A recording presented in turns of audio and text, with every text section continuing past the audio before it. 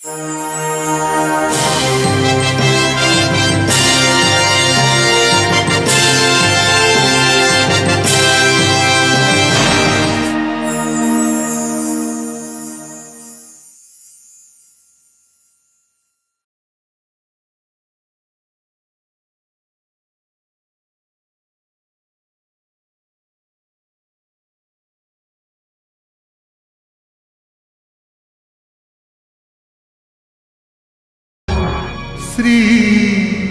जगन्नाथ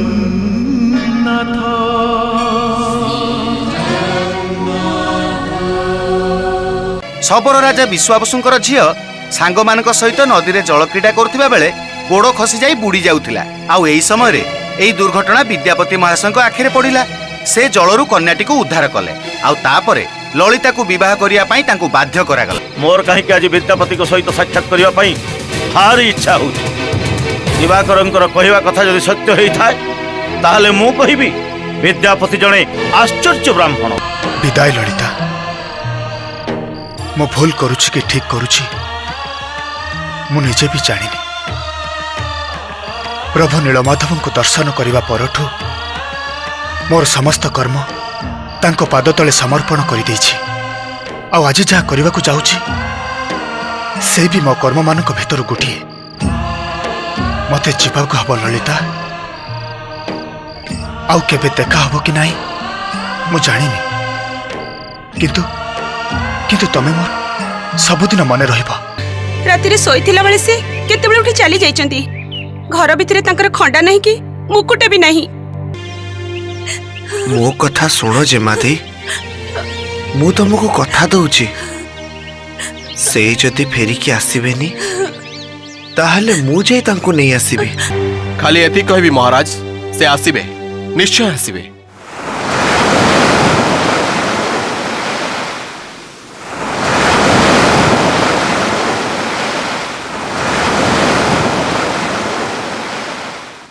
विद्यापति आसीबे, केबे आसीबे कौन सी गोटे निर्दिष्ट दिन बा समय कहि परिबो? सृष्टिधर, तमे मोर प्रधान देह रखी विपदरु रक्षा करबा तमर धर्म आउ कर्तव्य। किंतु वर्तमान जहा देखुछि तमरी लगी, केवल तमरी लगी मते आत्मघाती हबाक पड़िबो। अपेक्षा, खाली अपेक्षा। दिन मास वर्ष शेष होई जाउछि इंद्रद्युम्नंकर अपेक्षार मुहूर्त सबु। सृष्टिधर कहिथिले विद्यापति फेरी आसिबे। केबे आसिबे से? विद्यापतिंक फेरी आसबा सह निर्भर करुछि इंद्रद्युम्नंकर अनेक अमीमांसित प्रश्नर उत्तर। सतेरे कौन से नीलमाधवंकर संधान पाइले? कोठी अछंती प्रभु? महाविष्णुंकर मर्त्यमंडल रे धरावतरणर ए अनिंद रूप को केबे आखि पुराई देखिबे राजा इंद्रद्युम्न? तेणु से बारंबार प्रश्न करुथिले सृष्टिधर को, कह उत्तर दियो, केबे फेरिबे विद्यापति? तमे कौन जानिन प्रभु नीलमाधवंक दर्शन पाई ओ प्राण केते व्याकुल ही उठिछि। गोटे गोटे दिन ओ पाई गोटे गोटे जुग परि लागुछि। अथच तमे विद्यापति विषय स्पष्ट भाव किछि भी कहून। महाराज, विद्यापति मते जति कहितले मु तो सेतिके आपण पाखरे आसी निवेदन करिछि।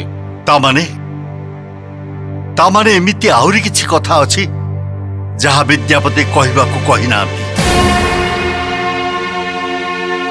कोह सृष्टिधर, नीरव रहिल काहेकि? निश्चय तमे मो पाखरे किछि लुचौछ। सृष्टिधर कोह, कोह सृष्टिधर,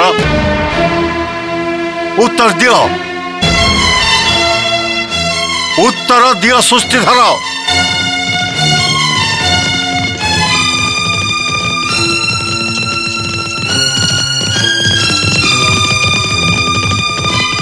को सृष्टिधर, ये राजार आदेश किछि घटना लुचेबा अपराध रे ତୁମକୁ କଠୋରରୁ କଠୋର ଦଣ୍ଡ ମିଳିପାରେ।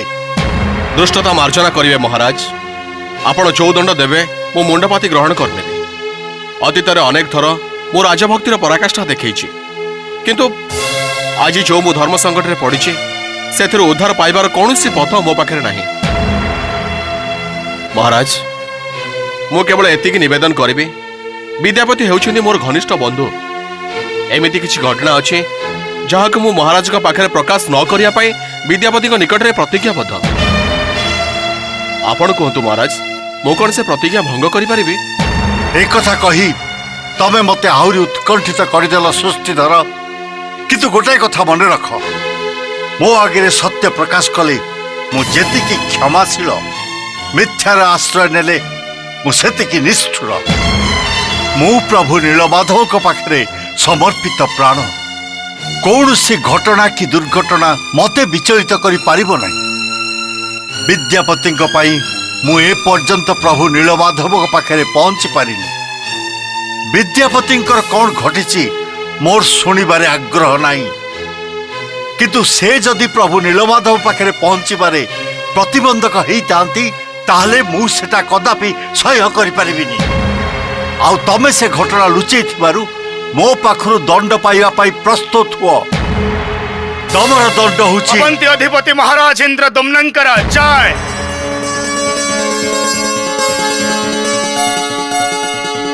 ବିଦ୍ୟାପତି।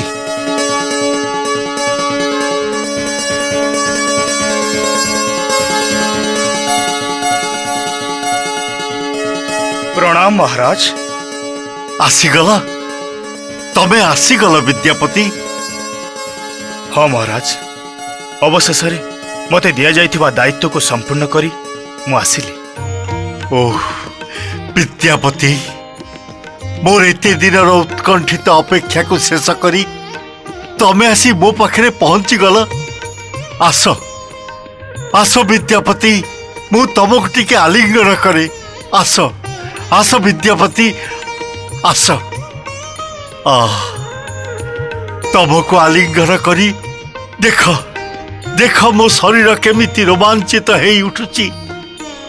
ତମେ ପ୍ରଭୁ ନୀଳମାଧବଙ୍କ ଦର୍ଶନ ପାଇ ଆସିଛ, ତାଙ୍କର ସନ୍ଧାନ ସାଙ୍ଗରେ ଆଣିଛ। ତା ପ୍ରତିବଦଳରେ ତମେ ଯାହା ଚାହିଁବ, ତମେ ଅବନ୍ତୀର ରାଜ୍ୟଭାର ଚାହିଁଲେ ବି ମୁଁ ଦବାକୁ ପ୍ରସ୍ତୁତ ଅଛି ବିଦ୍ୟାପତି। ମହାରାଜ, ଏ ଅକିଞ୍ଚନ କେବଳ ରାଜାଦେଶ ପାଳନ କରିଛି ମାତ୍ର, କିନ୍ତୁ କିନ୍ତୁ ସେଥିପାଇଁ ମନ ଭିତରେ କେତେ ଯେ ଝଡ଼ଝଞ୍ଜା ବହିଯାଇଛି। ସବୁ ସବୁ ମୁଁ ସମାଧାନ କରିଦେବି। ବିଦ୍ୟାପତି, ତମେ ମୋର ପରମ ପ୍ରିୟ। ମୋ ପାଇଁ ତମେ ଗୋଟେ ମହାନ କାର୍ଯ୍ୟ ସମ୍ପାଦନ କରିଛ। ଆଜି ତମ ପାଇଁ ମୋର ଅଦେୟ କିଛି ନାହିଁ। କିନ୍ତୁ କିନ୍ତୁ ମହାରାଜଙ୍କୁ ମୋର କିଛି ଦବାର ଅଛି, କିଛି ଅଭିଜ୍ଞାନ ଆଉ କିଛି ସନ୍ତକ। କଣ ସିଏ? ଶୀଘ୍ର ପ୍ରକାଶ କର ବିଦ୍ୟାପତି, ଶୀଘ୍ର ପ୍ରକାଶ କର।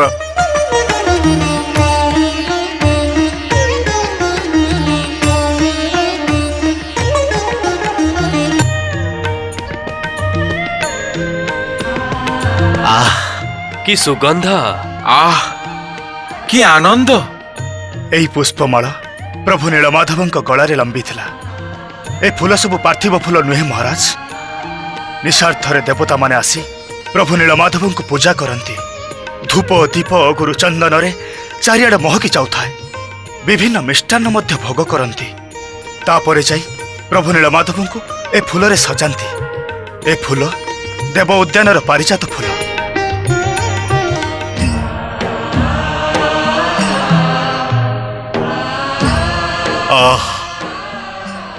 କି ତୃପ୍ତି!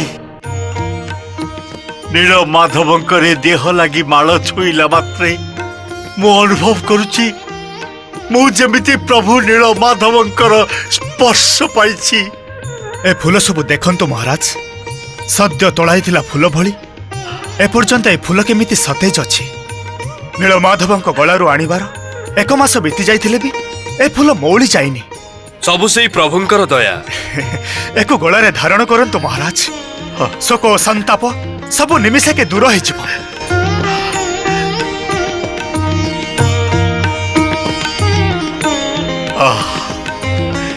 କି कि स्वर्गीय शांति। ये नीलमाधवଙ୍କ प्रसाद नियंतु महाराज। दियो विद्यापति दियो।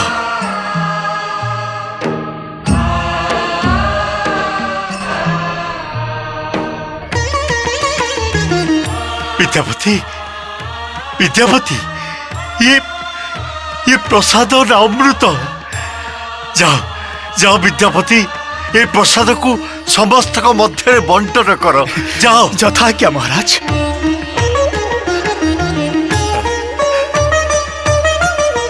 नियंतु।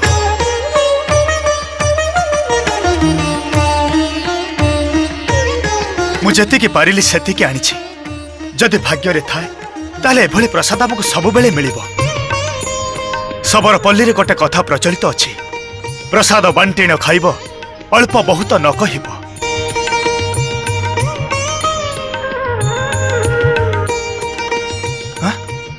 ये कौन सृष्टिधर, तुमे मुंड तळकु करी ठिया आइछ? महाराज को ठारो दंडादेश सुनिया पाई मु अपेक्षा करिछि। दंडादेश?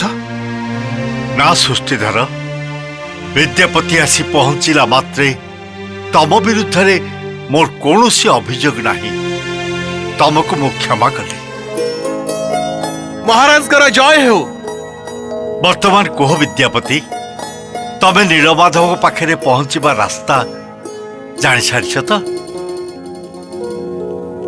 ना महाराज। महाराज तांको आस्थान पाखकु मो आखिरे अंध पोटली बांधी मते निया जाइथिला। ताहले हताश होतु नहीं महाराज, जानिबार उपाय मो करी आछि। तांको पाखकु पहुंचबार रास्ता रे मो सोरिष बुणी दे आछि। आमे पहुंचला बेलकु सोरिष फूल धरी सारिथिबो, किंतु किंतु से रास्ता अति दुर्गम। विद्यापति, से रास्ता जेते दुर्गम हो, जेते भयंकर हो, मते प्रभु नीलमाधव को पाखे पहुंचवा पड़िबो। पंडित महाशय, जेते शीघ्र संभव गोटाए शुभ दिन बाहर करंतु। से दिन आमे यात्रा आरंभ करिबा। यथाज्ञा महाराज।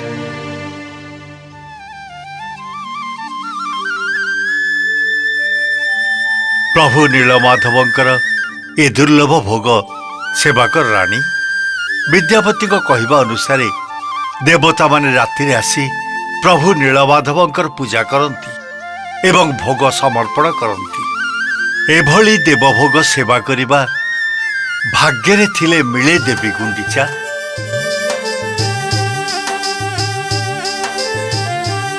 राजसभा रे पारिषद वर्गଙ୍କ सह मु सेवा करि सारिछि रानी। तथापि मो सामने रे आउथरे सेवा करंतु महाराज। स्वामी सेवा न कला जाए स्त्रीर सेवा मूल्यहीन।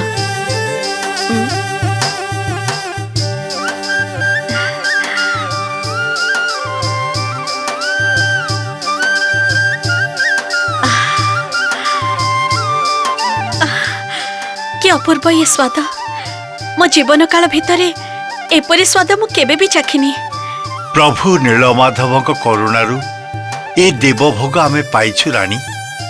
ता छड़ा मो गलारे जो पुष्पमाल्य देखुछ से होची प्रभुंकर देह लागी माला।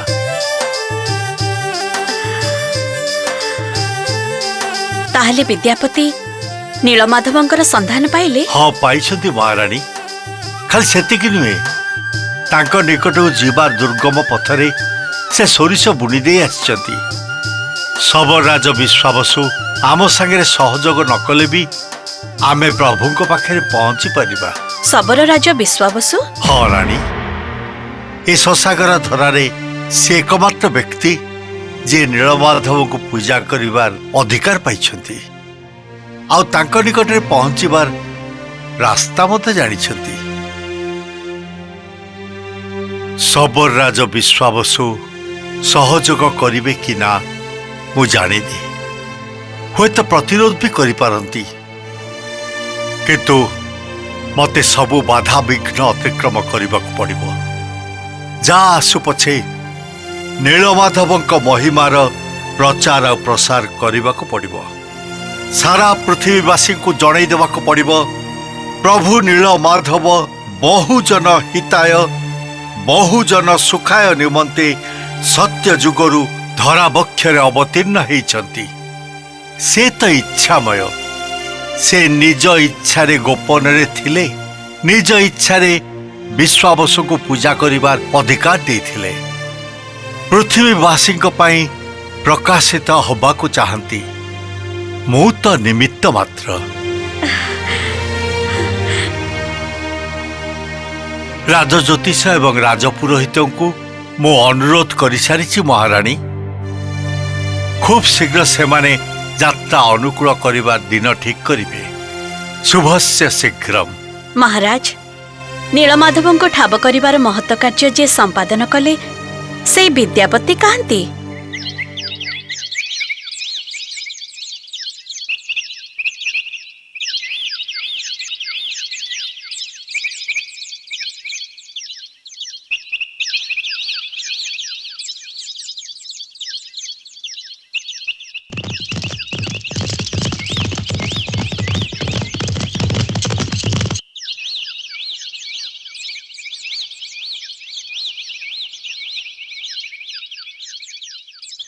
प्रणाम महाशय। सर्वकुशल तो? हाँ आज्ञा। चलो।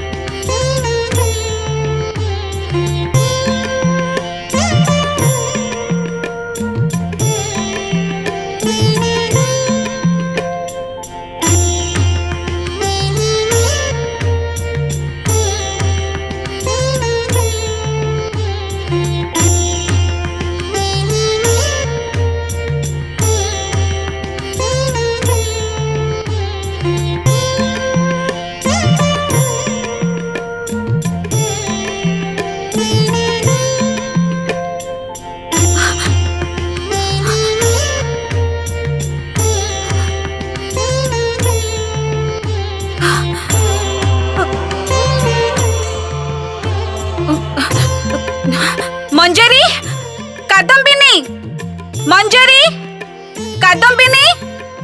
कौन है देवी? प्रणाम प्रणाम प्रभु। जा बंदापना थाली सजे आण।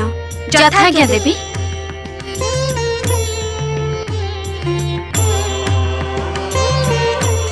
आसन ग्रहण करंतु आर्य। आसन, पदासन, पाद्य, अर्घ्य, बंदापना एसबूर कौन आवश्यकता मीनाक्षी? एते दिन परे आपण गृह को प्रत्यावर्तन करिसेंती। गला बेले आपण को मने थिबो मु एमिति आपण को बंदापन करे मस्तकरे विजय टीका दे आपण को विदाय करिथिली। किंतु जेमिति भाबरे तमे मते विदाय देइथिला मु कोन सेमिति भाबरे फेरी आसी पारिछि? स्वामी को से प्रश्न पचारिबार अहंकार मोर नाही आर्य। मु केवल एतिकी जानिछि दिने आपण जाइथिले आ आज फेरी आसिचंती। देवी,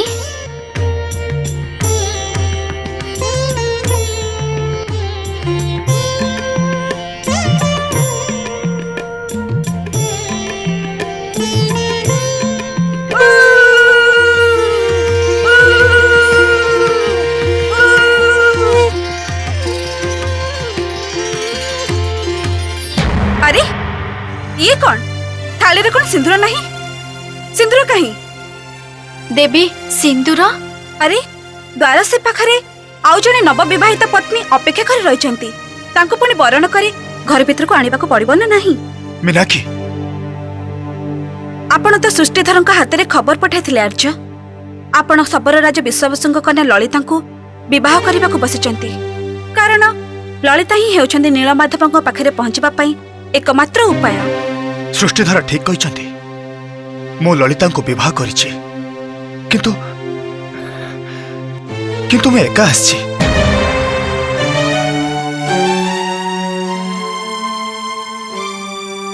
ଏବେ ତମେ ମାନେ ଯାଅ।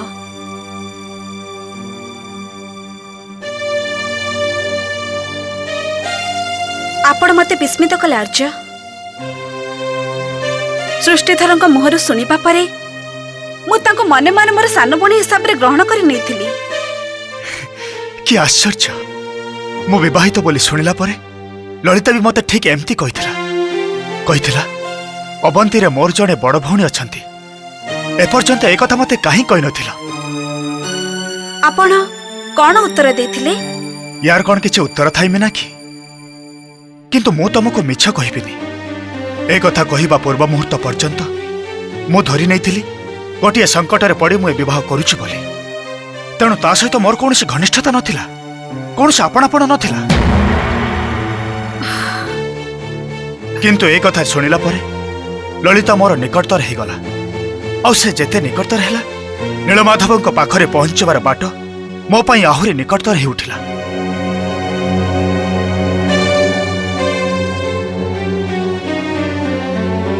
ମୀନାକ୍ଷୀ, ଇଏ ମୋର ଦୁର୍ବଳତା କହିପାର, ସ୍ୱୀକାରୋକ୍ତି ବି କହିପାର, କିନ୍ତୁ ମୁଁ ତମ ପାଖରେ ସତ୍ୟ କଥା ହିଁ କହୁଛି। ଶବରପଲ୍ଲୀ ଛାଡ଼ି ଆସିଲା ବେଳେ ଆପଣଙ୍କ ସାଙ୍ଗରେ ସେ ଆସିବାକୁ ନିଶ୍ଚୟ କହିଥିବ। ଆଉ ଆପଣ ଏଇଆ ଭାବି ତାକୁ ଆଣି ନାହାନ୍ତି ଯେ ହୁଏତ ମୁଁ ତାକୁ ସହଜେ ଗ୍ରହଣ କରିନପାରେ, ଏଇଆ ନା? ନା। ନା? ତାହେଲେ ଲଳିତା ଜାଣି ନାହିଁ ମୁଁ ତାକୁ ଛାଡ଼ି ଚାଲି ଆସିଛି। କଣ କହୁଛନ୍ତି ଆପଣ? ରାତି ବଢି ଚାଲିଥିଲା। ଶବରପଲ୍ଲୀ ନିଃଶବ୍ଦ। ରାତ୍ରିରେ ପକ୍ଷୀମାନଙ୍କର କାକଳି ଭାସି ଆସୁଥିଲା। ଲଳିତା ଶୋଇପଡ଼ିଥିଲା ନିଘୋଡ଼ ନିଦରେ। ମୋ ବାହୁ ଉପରେ ତାର ମସ୍ତକ ଥିଲା। ଠିକ୍ ଏହି ସମୟରେ ମୋ ମନ ମତେ ଚେତେଇ ଦେଲା, ଉଠ ବିଦ୍ୟାପତି, ଉଠ। ଆଗରେ ତୋର କର୍ତ୍ତବ୍ୟ।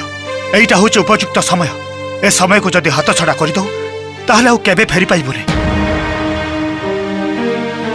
ଧୀରେ ଧୀରେ ଧୀରେ ଧୀରେ ମୁଁ ମୋ ବାହୁ ଉପରୁ ଲଳିତାର ମସ୍ତକ କାଢ଼ିଦେଲି। ପାଦ ଚିପି ଚିପି ବାହାରକୁ ଆସିଲି। ଆଉ ତାପରେ ନଦୀ ପାର ହେଇ ମୁଁ ମୋର ଅଶ୍ଵ ପବନ ପାଖରେ ପହଞ୍ଚିଲି। ଇଏ କଣ କଲେ ଆପଣ? କାହିଁକି ଏମିତି କଲେ? ଆଉ କଣ କରିଥାନ୍ତି? ଯୋଉ କାର୍ଯ୍ୟ ପାଇଁ ନିଜ ଦେଶ, ନିଜର ବିବାହିତା ପତ୍ନୀକୁ ଆଡ଼େଇ ଦେଇ ଲଳିତାକୁ ବିବାହ କରିବାକୁ ବାଧ୍ୟ ହେଇଥିଲି, ସେଇ କାର୍ଯ୍ୟ ପାଇଁ ୟା ବ୍ୟତୀତ ଅନ୍ୟ କିଛି ଉପାୟ ନଥିଲା। ଆର୍ଯ୍ୟ, ଆପଣ ଜଣେ ବିଦ୍ୱାନ ବିଜ୍ଞ ବ୍ୟକ୍ତି। ଲଳିତା ଭଳି ଜଣେ ନିରୀହ ଝିଅ ଯେ ନିଜକୁ ଆପଣଙ୍କ ପାଖରେ ସମର୍ପଣ କରିଦେଇଥିଲା, ତା ସହିତ ଏମିତି ଅବିବେକୀ ବ୍ୟବହାର ଆପଣ କଲେ କାହିଁକି? ମୁଁ ଜାଣେ ମୁଁ ବିଶ୍ୱାସଘାତକତା କରିଛି। ଗୋଟେ ନାରୀର ହୃଦୟକୁ ଭାଙ୍ଗି ଚୋରମାର କରିଦେଇଛି। ଖାଲି ଏତିକିରେ ଶେଷ ହେଇଯାଉନି ମୀନାକ୍ଷୀ। ୟାଠାରୁ ଆହୁରି ବଡ଼ ବିଶ୍ୱାସଘାତକତାର ସମୟ ପାଖେଇ ଆସୁଛି। ଯେତେବେଳେ ମହାରାଜା ବିଶ୍ୱବସୁ ଜାଣିବେ ଶବରପଲ୍ଲୀରୁ ନୀଳମାଧବଙ୍କ ରହସ୍ୟ ନେଇ ମୁଁ ପଳାୟନ କରିଛି, ଆଉ ଯେତେବେଳେ ନିଜ ଆଖିରେ ଦେଖିବେ ମହାରାଜା ଇନ୍ଦ୍ରଦୁମ୍ନ ନୀଳମାଧବଙ୍କୁ ନେବା ପାଇଁ ସେଠାରେ ପହଞ୍ଚିଛନ୍ତି, ତମେ କୁହ ମୀନାକ୍ଷୀ, ୟାଠାରୁ ବଡ଼ ବିଶ୍ୱାସଘାତକତା ଆଉ କଣ ହେଇପାରେ? ମତେ ଅନୁମତି ଦିଅନ୍ତୁ ଆର୍ଯ୍ୟ। ମୁଁ ଉତ୍କଳର ସେଇ ଶବରପଲ୍ଲୀକୁ ଯିବି। ମୋର ସାନ ଭଉଣୀକୁ ମୁଁ ନିଜେ ବରଣ କରି ଆଣିବି। ଆଉ ଶବର ରାଜ ବିଶ୍ୱବସୁଙ୍କ ପାଦ ଧରି କହିବି, ଆମ ସ୍ୱାମୀକୁ କ୍ଷମା କରନ୍ତୁ ପିତା। ନା ନା ମୀନାକ୍ଷୀ, ବହୁତ ବିଳମ୍ବ ହେଇଯାଇଛି। ସମୟ ଆମ ପାଖରୁ ସମସ୍ତ ସ୍ୱାଧୀନତା କାଢ଼ି ନେଇଛି। ମଙ୍ଗଳମ୍ ଭଗବାନ ବିଷ୍ଣୁ, ମଙ୍ଗଳମ୍ ମଧୁସୂଦନ, ମଙ୍ଗଳମ୍ ପୁଣ୍ଡରୀକାକ୍ଷ, ମଙ୍ଗଳମ୍ ଗରୁଡ଼ଧ୍ୱଜ।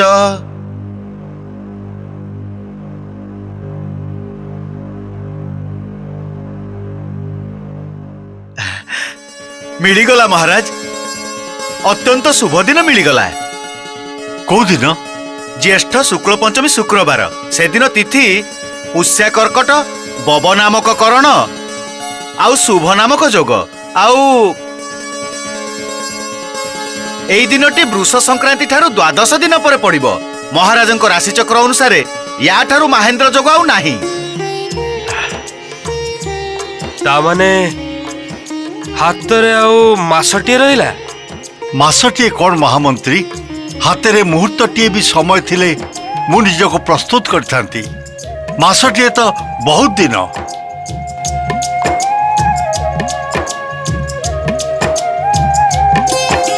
ମହାମନ୍ତ୍ରୀ, ରାଜଗୁରୁ, ସେନାପତି, ବିଦ୍ୟାପତି, ତମେମାନେ ସମସ୍ତେ ଶୁଣ। ମୁଁ ଏକ ଅଭିନବ ସିଦ୍ଧାନ୍ତ ନେଇଛି। କି ସିଦ୍ଧାନ୍ତ ମହାରାଜ?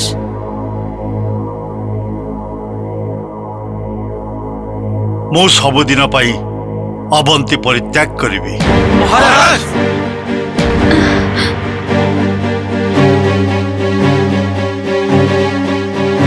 ଏଠୁ ଥରେ ଚାଲିଗଲା ପରେ ପ୍ରଭୁ ନୀଳମାଧବଙ୍କ ଆସ୍ଥାନ ଛାଡ଼ି ଫେରି ଆସିବା ମୋ ପକ୍ଷରେ ସମ୍ଭବ ନୁହେଁ।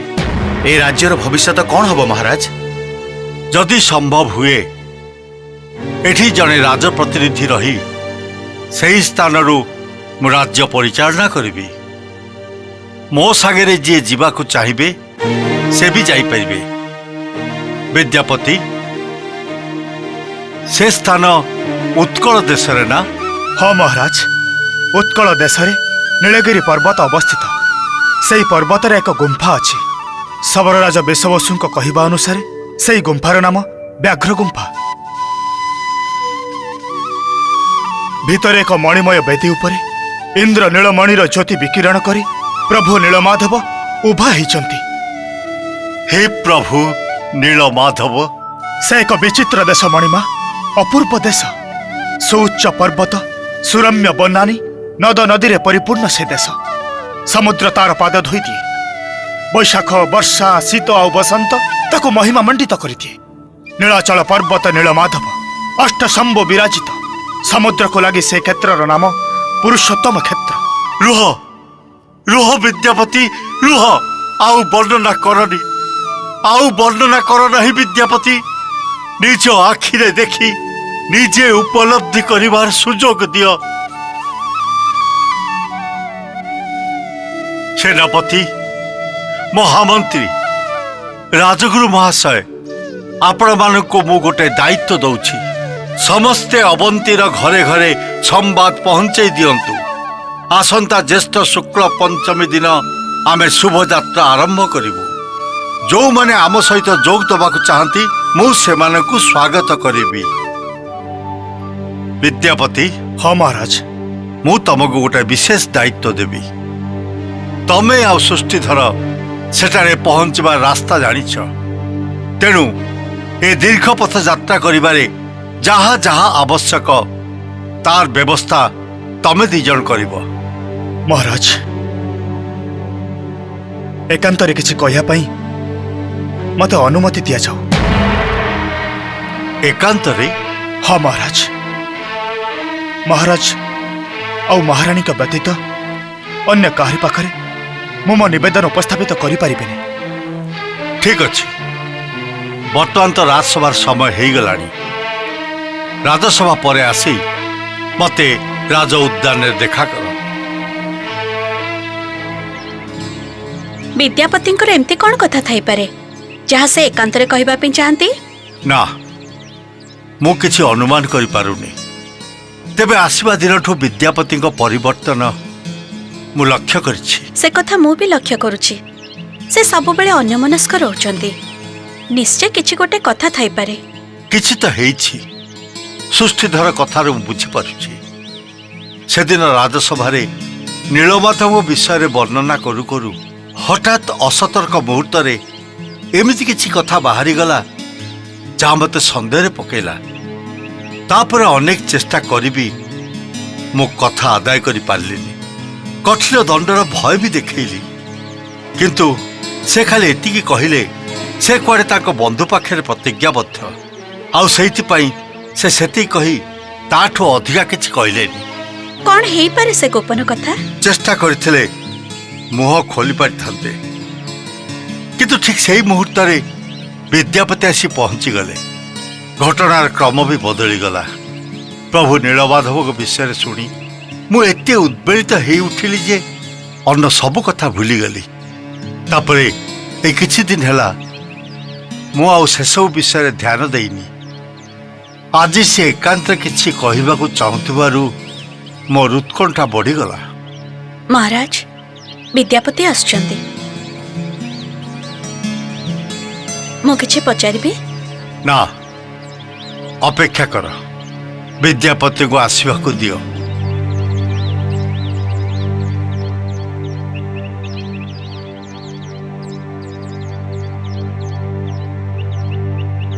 ମହାରାଜ ଓ ମହାରାଣୀଙ୍କୁ ମୁଁ ସମ୍ମାନ ଜଣାଉଛି। ବିଦ୍ୟାପତି, ତମେ ମୋତେ ଏକାନ୍ତରେ କିଛି କହିବ ବୋଲି କହୁଥିଲ ନା? ତମେ କ'ଣ ଚାହଁ ମହାରାଣୀ ବର୍ତ୍ତମାନ ଏଠୁ ଚାଲିଯିବେ? ମହାରାଜ, ରାଜ୍ୟର ରାଜା ପ୍ରଜାମାନଙ୍କ ପିତା ପରି ରାଣୀ ମାତୃ ସମାନ। ମାତା ଆଗରେ ପୁତ୍ରର କୌଣସି କଥା ଗୋପନୀୟ ନୁହେଁ। ତେଣୁ ମୁଁ ଅନୁରୋଧ କରୁଛି ସେ ମଧ୍ୟ ଏଠାରେ ଉପସ୍ଥିତ ରହିବେ। ଉତ୍ତମ। ତେବେ କୁହ, ତମେ କ'ଣ କହିବାକୁ ଚାହଁ? ପ୍ରଥମେ ମୁଁ ସାଧାରଣ କଥାଟା ସାରିଦିଏ ମହାରାଜ, ଯାହା ମହାରାଜଙ୍କ ବିଚାର ଉପରେ ନିର୍ଭର କରେ। ହଁ, କୁହ। ଆଜି ମହାରାଜ ଆମ ସମସ୍ତଙ୍କୁ ଆଦେଶ ଦେଲେ ପ୍ରଭୁ ନୀଳମାଧବଙ୍କୁ ଦର୍ଶନ କରିବା ପାଇଁ ଏବଂ ସେଠି ଅବସ୍ଥାନ କରିବା ପାଇଁ। ତେଣୁ ଅବନ୍ତୀ ନଗରୀର ଆବାଳ ବୃଦ୍ଧ ବନିତା ଆପଣଙ୍କ ସହିତ ପୁରୁଷୋତ୍ତମ କ୍ଷେତ୍ରକୁ ଯିବେ। କାରଣ ଅଛି ବିଦ୍ୟାପତି। ତମେ ତ କହିଥିଲ ପ୍ରଜାମାନେ ରାଜାଙ୍କ ପୁତ୍ର ପରି। ଏମାନଙ୍କୁ ଏମିତି ଅବସ୍ଥାରେ ଛାଡ଼ି ମୋ ପୁରୁଷୋତ୍ତମ କ୍ଷେତ୍ରକୁ ଯିବି କେମିତି? ଏକଥା ମୁଁ ତମକୁ କହିଦେଉଛି ବିଦ୍ୟାପତି। ଥରେ ସେ କ୍ଷେତ୍ରରେ ପହଞ୍ଚିଲେ, ଥରେ ନୀଳମାଧବଙ୍କ ପାଦରେ ମୁଣ୍ଡ ଥାପିଦେଲେ, ତମର ଏଇ ଇନ୍ଦ୍ରଦ୍ୟୁମ୍ନ ନାମକ ରାଜା ଆଉ ଫେରି ଆସିବାର କଳ୍ପନା ବି କରିବ ନାହିଁ। ତମେ କୁହ, କୁଆଡ଼େ ଯିବେ ଏମାନେ? ମହାରାଜ, ଏଥିପାଇଁ ଗୋଟେ ରାଜନୈତିକ ବାଧା ଅଛି। କି ବାଧା? ନୀଳଗିରି ପର୍ବତ ଏବଂ ପୁରୁଷୋତ୍ତମ କ୍ଷେତ୍ର ଉତ୍କଳ ଦେଶରେ ଅବସ୍ଥିତ। ସେଠି ବସବାସ କରିବାକୁ ହେଲେ ଉତ୍କଳ ଦେଶ ରାଜାଙ୍କର ଅନୁମତି ନେବାକୁ ପଡ଼ିବ। ତା ବ୍ୟତୀତ ଏତେ ଲୋକଙ୍କର ଅବସ୍ଥାନ କରିବା ପାଇଁ କୌଣସି ବ୍ୟବସ୍ଥା ଆଗରୁ କରାଯାଇ ନାହିଁ। ବିଦ୍ୟାପତି ଯାହା କହୁଛନ୍ତି ସେ କଥା ଚିନ୍ତା କରିବା ଉଚିତ ମହାରାଜ। ତେବେ ୟାର ସମାଧାନ କ'ଣ? ଅଳ୍ପ କିଛି ଲୋକ ନେଇ ସେଠିକି ଯିବାକୁ ହେବ। କିଛି ସୈନ୍ୟ ସାମନ୍ତ ମଧ୍ୟ ସାଙ୍ଗରେ ଯିବେ। ସମସ୍ତ ବ୍ୟବସ୍ଥା କରିସାରିଲା ପରେ ମହାରାଜ ଯଦି ଚାହାନ୍ତି ତାହେଲେ ଅବନ୍ତୀର ଅଧିବାସୀମାନଙ୍କୁ ସେଠିକି ନେଇଯାଇପାରନ୍ତି।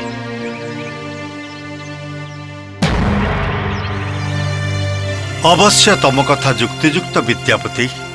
ତମକୁ ଦାୟିତ୍ୱ ଦେଲି, ସାଙ୍ଗରେ କିଏ କିଏ ଯିବେ ଏବଂ ଅବନ୍ତୀର ରାଜ୍ୟଭାର କାହା ହାତରେ ନ୍ୟସ୍ତ କରାଯିବ ତାର ଗୋଟାଏ ଯୋଜନା ପ୍ରସ୍ତୁତ କର।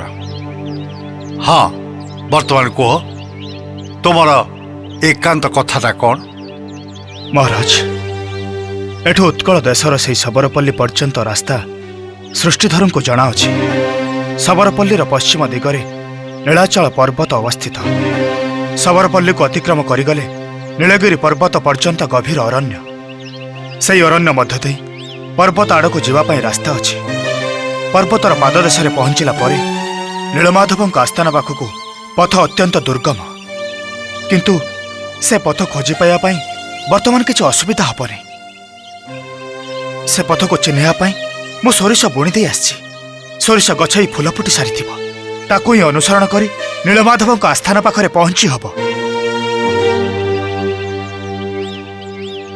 ଏକଥା ତୁମେ ଆମକୁ କାହିଁକି କହୁଛ? ଆମ ସହିତ ତୁମେ ବି ତ ସେଠିକି ଯାଉଛ। ମୁଁ ତାମାନେ ତମେ ସେଠିକି ଯିବାକୁ ଇଚ୍ଛା କରୁନା? ମହାରାଜ, ପ୍ରଭୁ ନୀଳମାଧବଙ୍କୁ ବାରମ୍ବାର ଦର୍ଶନ କରିବାକୁ କିଏ ବା ଇଚ୍ଛା ନ କରିବ? କିନ୍ତୁ କିନ୍ତୁ କିନ୍ତୁ ପୁଣି କ'ଣ? ଶବରରାଜ ବିଶ୍ୱବସୁଙ୍କର ମନର ଅବସ୍ଥା କ'ଣ ଯେ ହେଉଥିବ ସେ କଥା ମୁଁ ଚିନ୍ତା ବି କରିପାରୁନି। ରାଜ ଉଆସ, ଉଦ୍ୟାନ ଆଉ ଅଳିନ୍ଦ କକ୍ଷ ହୁଏତ ଜଣଙ୍କର ଦୀର୍ଘ ଶ୍ୱାସରେ ପୁରି ଉଠୁଥିବ। ଆଖି ଲୁହରେ ଭିଜି ଯାଉଥିବ ପଣତ କାନି। ପୁଣି ପୁଣି କୋଉ ମୋହ ନେଇ ମୁଁ ସେଠିକି ଯିବି? ବିଦ୍ୟାପତି, ମୁହଁ ବୁଲାଅ, ମୋ ଆଡ଼କୁ ଚାହଁ। तुमे मते माता बोली स्वीकार करिछ।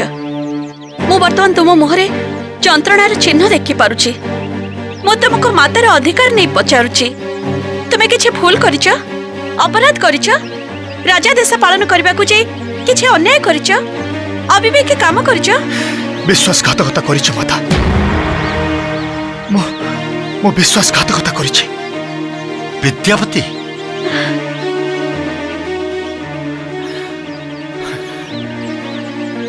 महाराज, जड़े पितृ प्रतिम लोकर स्नेह आदर छाती मो छोराघात करिछि। जनकर समर्पण और भल पाइबा सांगरे मो छलनार खेल खेली। नीलमाधव संधान पाइबा पई मो मनीष पणियार तंटी चिपी देछि। मो जहा करिछि स्वयं प्रभु नीलमाधव मध्य मते क्षमा करिबेनि। विद्यापति तमे आसिला बेलठू मु संदेह करुथिली तम निश्चय किछि गोटे हेइछि। सृष्टिधर कथारू मु किछि आभास पाइथिली। तमे वर्तमान व्यस्त, विचलित और विव्रत। चल प्रासाद भितरे मु तम सबु कथा शुणिबी। निजकु दृढ़ कर विद्यापति, निजकु संभाळ। महाराज और महाराणी पाखरे मु कौनसी कथा गोपन रखी नाही। एठू जीवा परठू आउ एठी पहुंचा पर्यंत मो जीवन रे जहा जहा घटी जाइछि मु सब किछि निवेदन करि सारिछि। वर्तमान आपण कहंतु कहू मुहरे मु पुणी से सबरपल्ली को जीवी। राजा विश्ववसु आगरे मु केमिति ठिया हेबी? आ ललिता ललिता को मु कौन कही सांत्वना देबी? विद्यापति तुम कथा शुणी सारा परे मु बुझी पारुछि विदाय न नहीं राति अधरे लुचि लुचि आसी तमे ठीक करना। किंतु मु कहिबी तमे अपराधी नुह। अपराधी नुहे महाराज। विश्वासघातकता अपराध नुहे। आपण राजा जड़े विचक्षण शासक बोली जम्बूद्वीप भारत वर्ष में आपण ख्याति अर्जन करछंती। आपण को विचार कौन एया कहूछि? निश्चय एया कहूछि। प्रथमे द्वितीय विवाह कथा धरा जाऊ। तमे मोर अधस्तन कर्मचारी मोर आज्ञा पाई प्रभु नीलमाधव का संधान पाई पूर्व को यात्रा करिथिल। सबरपल्ली रे पहुंची तमे उपलब्धि कल ललिता को विवाह न कले प्रभु नीलमाधव का दर्शन आउ तांको पाखे पहुंचबार पथ तुमे पाई परिबोनी।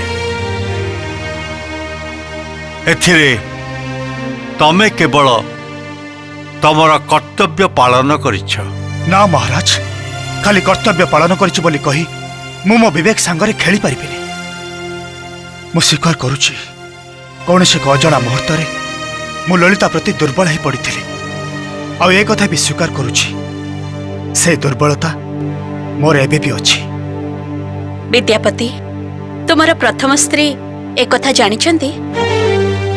हाँ महाराणी, सृष्टिधर आसिला बेले मु तांको हाथ रे संवाद पठैथिली। ए संवाद से किपरि भाबे ग्रहण कले? मु आसिला परे जहा जानिबा को पाइछि से मोर द्वितीय विवाह घटना को ग्रहण करि नैछंती। खाली सेतिकी नुहे, से ललिता को सान भौणीर स्नेह देवे बोली मो पाखरे प्रतिज्ञा करिछंती। से दिगुरु जहाँ भी अपराध संभावना थिला सी भी कटिगला।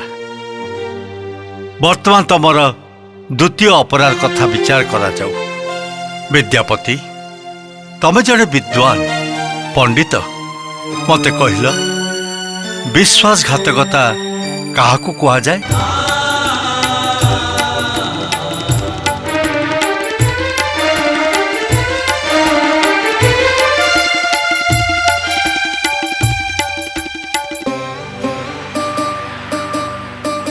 जगतर नाथ जगन्नाथ बिंदु ठारु सिंधु तुमे सर्वव्याप्त आपणा इच्छारे अधा गढ़ा होई बसी अछाहे नीलाद्रि गोसाई भावरे प्रकट ভবে গোপনে